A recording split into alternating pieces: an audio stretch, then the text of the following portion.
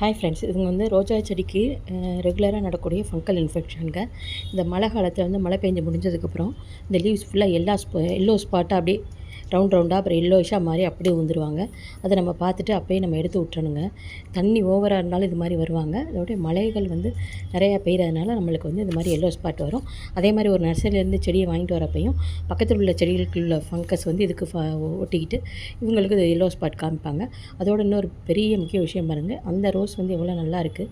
இது கீழே பாருங்கள், இளந்துளிர்களாக அப்படியே ரொம்ப பசுமையாக 7 இலையோட சூப்பராக ஒரு செடி முளைச்சிருக்காங்க பாருங்கள். இவங்க ஆண் செடிங்க, இவங்க பெண் செடி கிடையாது.